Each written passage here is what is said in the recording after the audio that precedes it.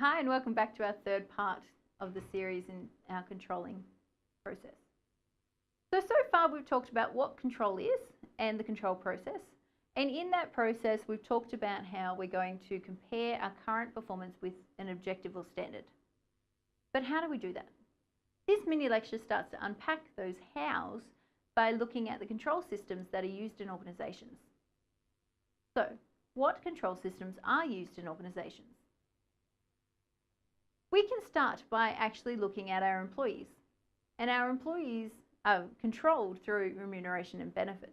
So we may attract them through a base remuneration, but if their performance through our feedback system has been positive, then what we can do is add performance-related pay, we can add merit pay, we can add commissions, we can give them fringe benefits, or we can give them salary sacrifices. Because what we're trying to do is encourage that better performance. And in giving them that reinforcement, we're actually allowed to engage, and they're more engaged in the process of control within organizations. However, if the situation is that their desired performance is not meeting their actual performance and it's significantly lower than what we want them to do, then we can use an employee discipline system. Now, discipline is definitively by saying that it's the act of influencing behavior through reprimand. There's this progressive discipline that happens, which means that as a manager, we have to tie the reprimands that we're giving them to the severity and frequency of misbehavior. All right, so in doing discipline, we need it to be immediate, we need to be directed towards actions, not personality, make it consistent, informative, realistic, and it should be in a supportive setting. It's not designed to be punitive in a negative way. So we're not trying to destroy someone. What we're trying to do is improve their performance. But disciplines exist for a reason. Other types of controls are information and financial controls. So we can actually look at the liquidity of an organization, which is our ability to generate cash to pay bills. We can examine our leverage, so our ability to earn more in return to the cost of the debt. We can look at our asset management. So how can we use our resources more efficiently and operate at minimum cost? Or we can look at our profitability. So what's our ability to earn revenue greater than our costs? So these are some of the information financial controls that we may draw upon depending on what we're measuring at the time. We may also draw upon our purchasing control. Okay, so these are the costs of raw materials through the efficient purchasing management systems. Okay, we can leverage buying power. We could connect with another organization. We could make a super organization. Or we can centralize purchasing in order to buy volumes. So think about your Coles and Woolworths, for example. They will leverage costs and have lots of purchasing control to minimize the actual raw cost of materials by combining everyone's together and doing mass orders. We can also have partnerships with suppliers, and we could create some more of those alliances to better contain costs as well. So purchasing control is another type of control that we can use to minimize our internal costs. Inventory control is another type of control.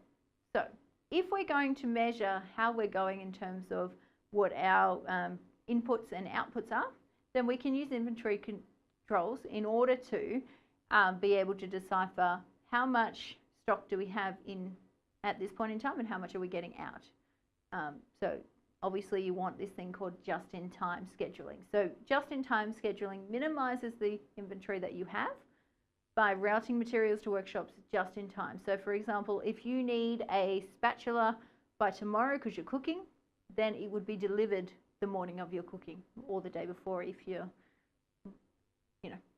really wanting to risk it. So the inventory controls are used to really reduce the numbers of products kept in storage. And this is important because think about large supermarkets. If large supermarkets had large amounts of stock that wasn't being used regularly, they'd have this build-up in the back of things that are not that are constantly going out of date, and they're going to be a lot of waste. So inventory control is regularly used in organizations in order to monitor their stock level and to work out what they need to do. Organizations also use this thing called quality control. Now, quality control is checking the way we do things. So checking processes, materials, products, services, to ensure that they meet what our standards are. Now, ideally, they're high standards, but to do quality control, we take samples of work, we measure the qualities in the samples, and then we determine the acceptability of the results. Okay, so if we're in a chemical company, we would make sure, or pool company, we would make sure that the water is tested, that it's examined, and then determine that it's acceptable.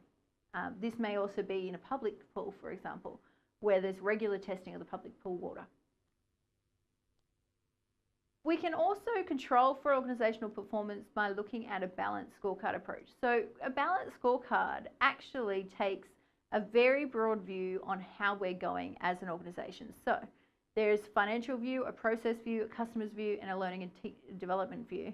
And all of these views come together in terms of what's called a balanced scorecard. So it's a systematic way in which we tailor our performance, so we are able to tally it in our finances, customer service, internal processes, and innovation and learning areas, because it allows us to it tells us how are we appearing to our shareholders. Is that how we should appear, or is it not? How do we appear to our customers? What internal business processes do we excel in, and should we excel in?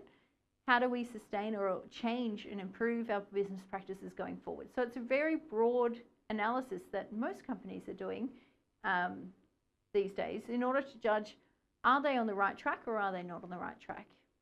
And like I said, it combines all those approaches. Now, these are different types of controls. But of course, today we need to, even more so today, really start to delve into some cross-cultural differences that exist. So when we're looking at the balanced scorecard, some of the criticisms that have come up is that it's very westernized and it doesn't take into consideration Eastern context.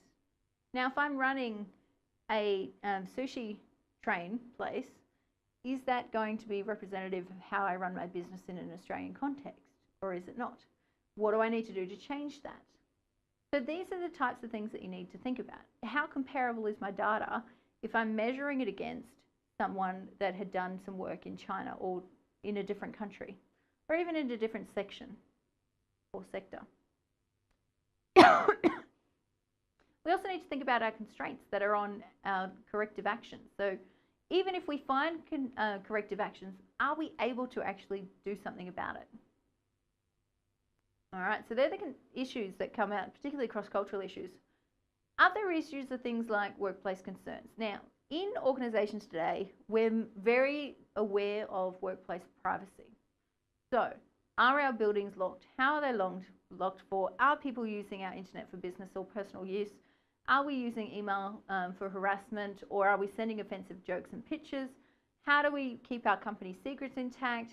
Do organisations allow the ability for employees to use their email off? How flexible are they to use professional emails for personal reasons? What are are they using appropriate computer usage policies? Are they not looking up things that they shouldn't be? And how much time are they spending on the internet, and how much time are they not? All of these things are starting to come out of the workplace. And of course, we know that workplace violence is another issue that comes out, and certainly something that we need to talk about. So when we're talking about controls, how do we control for bullying and harassment? How do we control for other acts of physical and verbal harassment? Things like employee stress, which is caused by us. You know, we ask employees to do X, Y, and Z, and that we know that's not possible within the hours allocated. So we're asking them to do long hours. We're committing them to not spending time with their family. We're giving them too much information. We have too much daily interruptions and unrealistic deadlines and uncaring managers.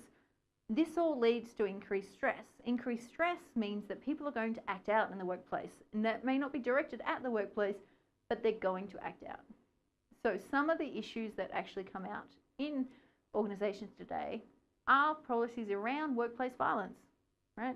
How do you get rid of the bully when often the bully stays and everyone else leaves because it's too hard? So we need to start unpacking some of these issues in control. And as a manager, that's where we're going, and that's things that you need to deal with in the future, because lots of stuff's happening in this space, and it's really useful for organisations. but it's even more important for managers. So, in this mini lecture, we've really talked about the control systems which are used. So we talk about remuneration benefits, employee discipline systems, information financial controls, purchasing controls, quality controls, and the balanced scorecard. And we've started to raise some of the cultural, workplace privacy, and bullying and harassment issues that exist in organisations today. And these are all vital part of the control function, because we're talking about how do we measure performance and how do we track performance in the future in order to meet our future goals.